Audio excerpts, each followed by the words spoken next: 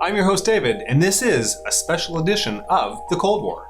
I'm joined by our guest, Sergei Sputnikov from The Ushanka Show, who's joined me to discuss his recollection of life in the Soviet Union. Sergei was born and grew up in the Ukraine. And today, got a couple of questions and hope to have a bit of a discussion surrounding the role of sports, actually, in the Soviet Union. Typically, as a Canadian, usually when we think of the Cold War and sports, there's Olympics, there's doping scandals. As a Canadian, certainly the 1972 Summit Series, where the Canadians came back in Game 8 to win the last game, yada, yada, yada. As a Canadian, we all know this story. We'll cover it on the channel. Hockey obviously comes to mind very much as a really big thing in terms of the Cold War and international sports. But from conversations I've had with Sergei, hockey wasn't always the biggest thing going. So, Sergei, welcome. Thank you very much for joining us. Thank you. From conversations that we've had, soccer, football was a really big part of everyday sort of domestic sport in the Soviet Union. Yeah, that's correct. And this is one thing that drives me nuts in America and USA. They call football, and I was like, you have to stop. You can call it handball. There's no food involved in American football. Just call it handball, and football is football, soccer. So yeah, although if you probably live in the United States or Canada in 70s, 80s, maybe one impression that hockey was the biggest sports in Soviet Union. Actually, soccer was number one, football, and I would like to explain why. Sure. So first of all, if we talk about hockey, we had really powerful teams, or almost like one team. It's CSKA, Central Sport Club of Red Army. And that was the team that was going and playing as the Soviet hockey team. Like 99% of the players. So you pretty much had one team playing as a Soviet Union team. And the reason it happened is Army drafts people to service, and Central Sport Club of Red Army drafts people to play. So any good player in any team in Soviet Union, as long as he turns 18, he will get drafted and go sent to Moscow. So Moscow was taking all the good players from all the teams. So we have in Kiev a team called Sokol. So it's a hawk, like Sokol Kiev. And it would never could become a good team because every time we have a nice, good player that really can pull team together and make it succeed, it'll get snatched and start playing for CSKA. So you have pretty much, we had 2 or 3 strong teams in Moscow. There was Spartak Moscow, CSKA Moscow, and Dynamo Moscow. So Dynamo, it's the militia team. Okay. So at that time, we didn't have a professional teams, but there'll be Soviet officer who is a professional player of hockey, but he is officially just playing on the side while serving in the army. But in reality, he's professional playing hockey while being promoted in rank. So he'd be a captain of Red Army who never shot a gun, but he shots the puck every day, So it was never interesting to watch the games because if CSKA comes to Kiev to play, you pray you might be, what is that term? What is a 0-0-1-1? Sort of that you can try to keep even with them? Yeah, if you even, you're lucky. But you're going to get your butt kicked. And so there was not really interest. Sokol Kiev in all the years, I think one time managed to pull the 3rd place, take a bronze medal. Otherwise, CSKA was permanently gold medal. So it was really boring. Okay. It's just not fun. We have another team, Traktor from Chelyabinsk, from Siberia. It's also 3rd level team. So I remember going to that game. That was fun because kind of same level teams and it's exciting to watch. Now, if we talk about soccer, because of Sherbitsky, once again, I'll be mentioning that guy quite often. So he was the leader of the Ukrainian Communist Party. So besides the Communist Party of Soviet Union, every republic had their own Communist Party. Right. So you had the Ukrainian Communist Party and the Ukrainian Central Committee. So he was the main leader of Communist Party of Ukraine. And technically he was the leader of the whole Ukraine. Okay. So that's another interesting detail about life in Soviet Union, that communist leader was actually leader of the country. And he was a huge fan of soccer. And so he really put his foot down about Moscow stealing our players. So he didn't care about hockey at all, but soccer, he blocked every transfer. So, and also it helped, Kiev team was Dynamo Kiev, and Dynamo is militia. Okay. So if any good players in Ukraine, we draft them into militia and take them to Dynamo Kiev instead of letting him go to CSKA, because in soccer we also had CSKA soccer team. So Right. it was a hockey team. CSKA soccer team wasn't that great because at least we managed to block. So when Moscow played against Kiev, that was fun. There was a lot of competition, and Dynamo Kiev was the gold. They took gold medal quite often. So soccer was way more interesting to watch, and we were a lot about soccer. Hockey was a lot interesting to watch when we play against Canada or United States, and then of course we'll get together because this is Soviet Union versus Canada.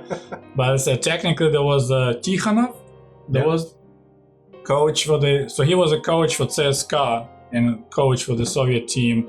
And I said most players were just, he takes his team and he plays it as a Soviet team. Okay, that's. I'm sure the red uniforms had nothing to do with.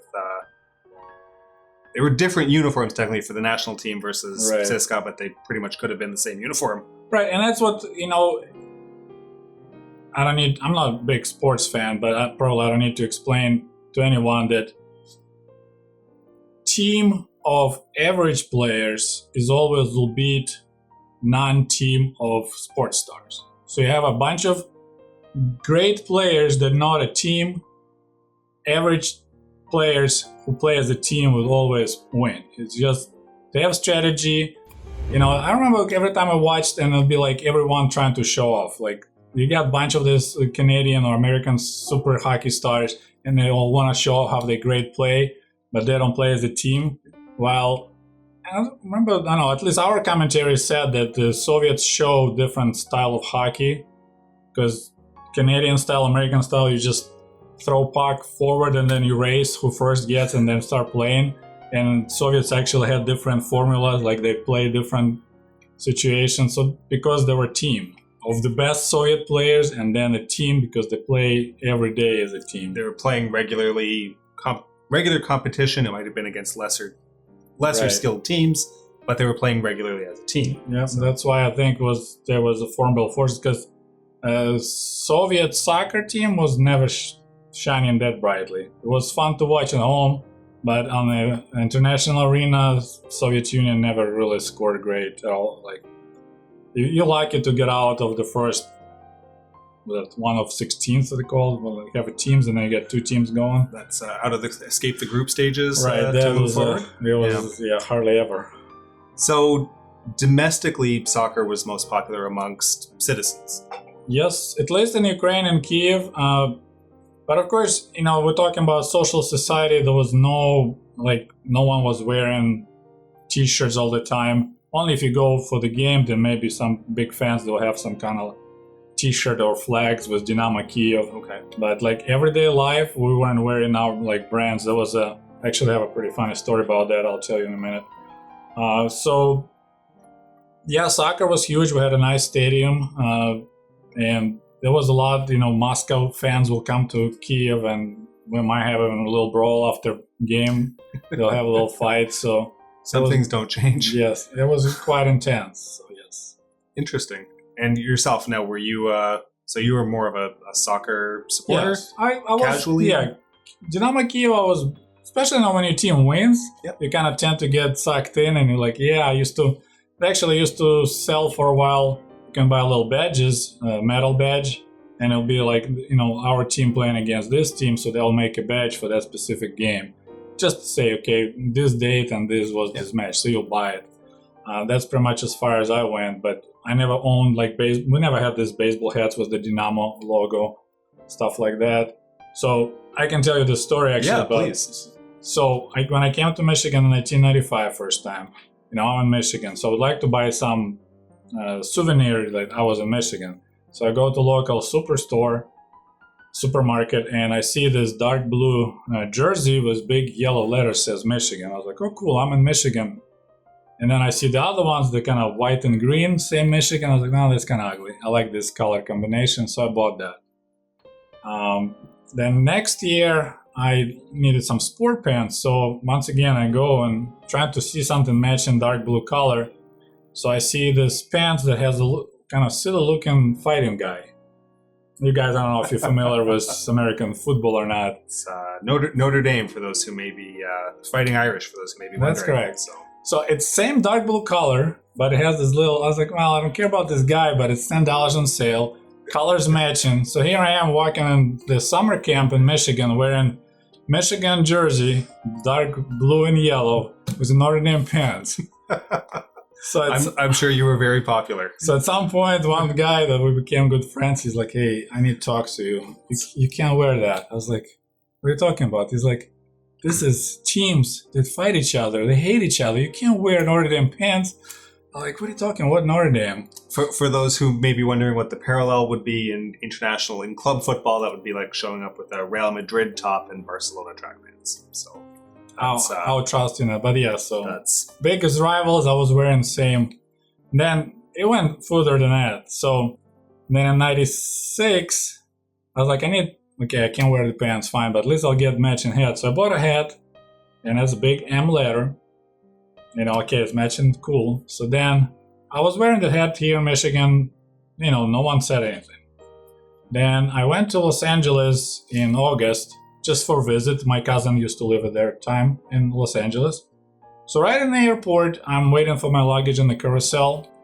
There's a guy walking by, and he's like, hey, nice hat. I was like, thanks. So, then I walked the streets of LA, and at least 3-4 times, people will stop me on the street, point at my hat and say, hey, nice hat. And I'm looking at this hat like, what is so special about this hat? Like, I asked my cousin, who's also original from Ukraine, like, dude, do you see anything special about this hat? Like, no, it just says M on it. I was like, I know. But people stop me on the street and tell me it's a nice hat. Like, it's $10, admire. Maybe I bought some unique hat. Maybe we can bring here in Los Angeles and resell it, because it sounds like it's a hot item around here. Like, people literally stop me on the street and tell me it's a nice hat. So I had no clue. Like, it was a mystery for several years afterwards. Like, why in LA suddenly people will stop me and point that it's a nice hat? I had no idea. That's really funny. So basically what Sergey's trying to tell us is that there wasn't crowds of people churning around Kiev wearing locomotive gear. Right. It's wasn't a really big commercial hot ticket item. Nope. And then I worked a couple of years later. I'm again in America. I'm working at the farm, and there's a guy on the line has a giant G, yellow G, I think, right? Was it? It's a Green Bay Packers, I believe. So I'm not a big football fan. And then the guy in the line with him turns on and says, hey, nice hat. And they started talking about this team, and I was like, wait a minute. So you like the team, I guess, that's on the hat. That's why you're saying it's a nice hat. I gotcha. So yeah. So then later kind of told my co-workers, like, yeah, dumbass, you somewhere in LA. So someone who's originally from Michigan, he's a fan of Michigan football team, college team, and he see your hat, he think it's cool. So you tell your nice hat. That means that he's also a fan of that team. That's funny. But yeah, I had no understanding. Like, I just thought I got some really cool hat that I bought so cheap, maybe I can make a good money shipping them to California. I'm sure Michigan State would have something to say if you were reselling their items, but that's... But yeah, then wearing Notre Dame pants was Michigan started, and then being mystified was Michigan had in LA. That was well, I guess that's a unique situation coming to North America, because it didn't exist, that type of team rivalry. Was it because there wasn't a type of team rivalry, or was it because just the commercialism surrounding it? Yeah, I think the first part would be that it was not commercialized. The teams just were government paid for everything, so they didn't care about selling their merchandise. And another huge difference what I noticed we have like really local fans. So, for example, if you live in Kiev, you only can be fan of Dynamo Kiev. You can't be fan of some team from Leningrad or somewhere else. It's just not happening. Here in America, I work with people. I have a guy who's a Cowboy, Dallas Cowboys fan. So he shows up in this star hat at work. I know there is probably a game tonight, and he shows his support. Then I have a guy who is letter B for the hockey, Boston Bruins. Yep. So he shows up in that hat. I'm like, okay, so I guess. So I have people in Michigan who are fans like teams all over because they're originally from somewhere else, or like they told me like, okay, what about if you become real American? You need to pick a team and be a fan of the team. And I was like, I don't know what to pick. Well, let's look at the logos. Which one you like the best? Which was like, I'm like, well, this Raiders kind of look badass because there's a eye, like a pirate, right? Careful, they cheat. Yeah, but I was like, it's stupid. I don't want to be just. But yeah, that was a shock for me that people in Michigan, like I live in Southwest Michigan. If you're from Michigan, if you use the palm of your hand to show you where you live. So I live right here, and we have fans of the Chicago Bears. We have, for me, if I live in Michigan, I'm rooting for Michigan team. I'll be maybe Tigers fan from Detroit. I'll be fan of Lions, but I heard rumors that they're really horrible. Not much of a football fan myself, but yeah, that sounds about right. So I will be me, like, okay, I'm in Michigan. Like, my wife, she's a Notre Dame fan. And I was like, you can't be. Then Indiana, we're in Michigan. We got to be. So for me, it's all local. And so it's a huge difference. Like, I never met anyone in Kiev saying I'm a Spartak Moscow. You'll get your butt kicked if you say that, first of all. But rivalry was huge, but it was always local. Like, Dynamo Kiev, it's all Kiev. And then any Ukrainian team, it's all Ukraine. And then if we play, then the whole Soviet Union. So that's kind of like that. Here in America, it was strange. And I was buying a lot of clothing if it's on sale. So I'll wear all weird combinations without even knowing that it's opposite teams. I used to have Raiders beanie just because I thought it looked good. But it's all right. I never was a fan of that team. Were games in the Soviet Union, were they ever televised? Yes. Hockey, I remember that one time that actually I always watch hockey on TV. And at one time it was a Tractor Chelyabinsk. My dad hey, you want to see real game? I'm like, yeah, that'll be kind of fun. So we went. And all I remember was this two shocking moments. Of one, we had guys from Chelyabinsk came to root for their team, so they were right below us. So my dad was making sure he whistles the loudest possible anytime we score and yell as loud as possible. Because he looked like a totally different person. Never seen my dad being so angry. And then I was talking to my dad when our team scored. So I looked at the field and I'm just waiting. And then I realized there's no replays. It's live. So it was so programmed in my brain that it's just going to replay it. So I was expecting the players get back in the position and, play again. So I think I never went to the soccer. Just for some reason, always watched on TV. Although we had a nice big stadium and hockey, that was one time I said, but I got disappointed because I couldn't see replay. And they didn't have a big screens at all to show it. So then I knew I need to sit there nonstop and watch and can look back because if you miss it, you miss it.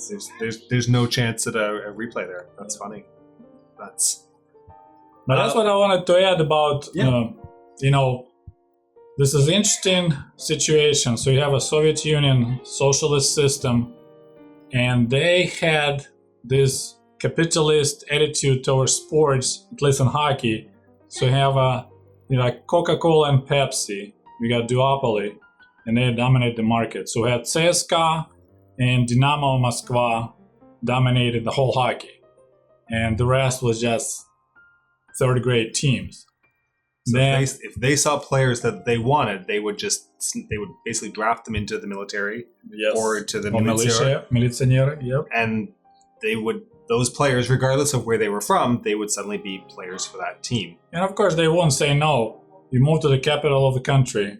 They give you apartment right away. You don't need to wait 10 years or whatever.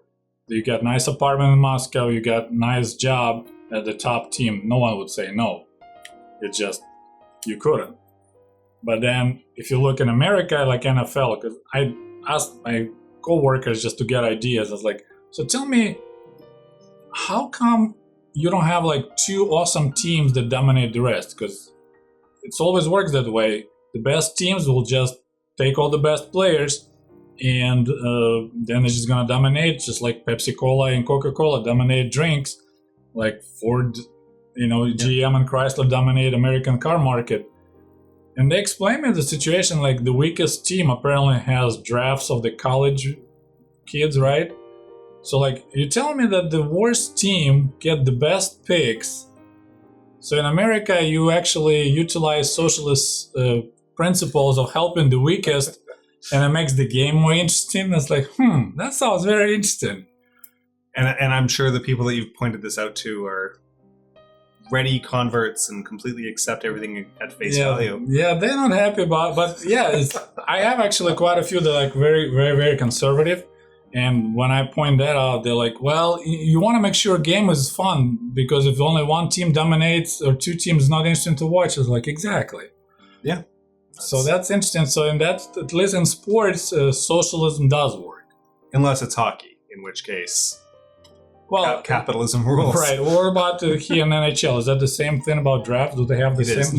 North American sports is very much about trying to level the field. Is level the playing field to make sure that every team over time can have an equal opportunity. So you see, so football or soccer, especially in the European leagues, there's no draft. It's about the clubs that have the money. Real Madrid, we're looking at you.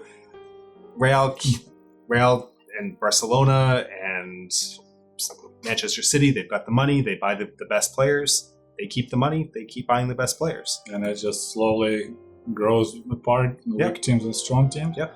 So yeah, it's interesting because, from my socialist background, when I learned this kind of details, it's really shocking. It's interesting because we kind of embraced capitalistic system in sports and hockey, and it wasn't that great. And then you hear we're looking at, hey, it actually does pretty good. If you want to have a good game going, you actually need to help weakest team, otherwise. So that was interesting, but you bring two people up and they don't look from that angle. They're just like, well, how else are you going to do? Just have a competition, and the strongest win, always. Well, I'm sure that based on this line of conversation, the comment section of this video should be really fun to watch and to monitor. So thank you for that. Oh, no problem. It's going to get hot, but hey, it's always, when you discuss different ideas, there's a possibility to find something common ground once in a while. So speaking of soccer, football in the Soviet Union, one of the high points, certainly in the later part of the Soviet Union in sports, was the second place performance of the Soviet national team at Euro '88. Do you have any recollection or memories of that particular competition and sort of that second place result? I have a little bit. Unfortunately, I'm surprised because I remember it was huge. And I remember orange color of the Holland, right? We call them Holland team. And that we were actually going pretty strong.